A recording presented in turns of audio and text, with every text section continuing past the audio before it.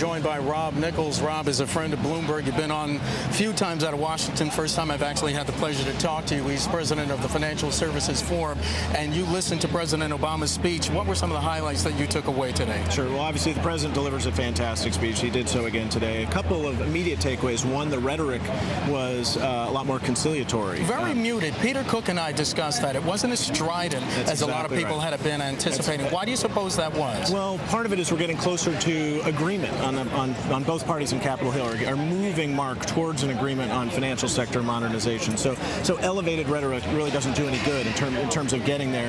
He also touched on a couple of things that are important for us at the Financial Services Forum: resolution authority, wind down authority, being able to take down, heaven forbid, if we get into another crisis and we lose a large institution. We need to do it in a way that can be non-chaotic, careful, and doesn't cause harm to the global capital markets or put taxpayer money on the hook. That was a highlight of this speech. Was that one of those things that you and your colleagues felt that if that wind down authority, the way it is, that things would spiral out of control, that it was just too chaotic? That's really one of the most important pieces of regulatory reform that's being discussed in Washington right now, by far. There's a huge deficiency in our current rules that we could only take down a small bank, but then if we had a large bank failure, we didn't have a way to do it. And that's why Secretary Paulson and Chairman Bernanke had to make some sort of kind of last-minute calls at the line of scrimmage, so to speak, because there wasn't a protocol to do it. So the fact that we're moving closer towards agreement on resolution authority is critically important. The fact that we're moving the idea of a systemic supervisor in the form of this committee that would overlook the entire financial system and not just individual legal entities, that's a good idea.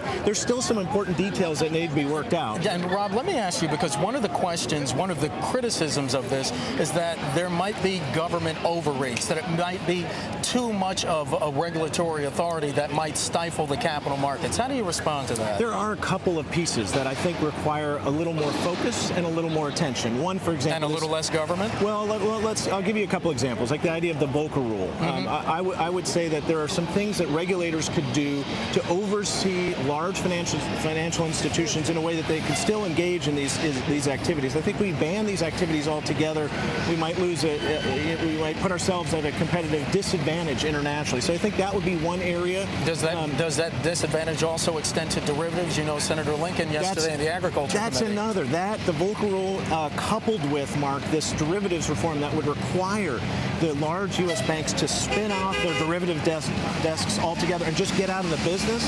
That, I think, would put us at a competitive disadvantage. That would send some of that business away or into perhaps the more lightly regulated areas. One thing that, the large institutions are now going to be the most heavily and highly regulated entities.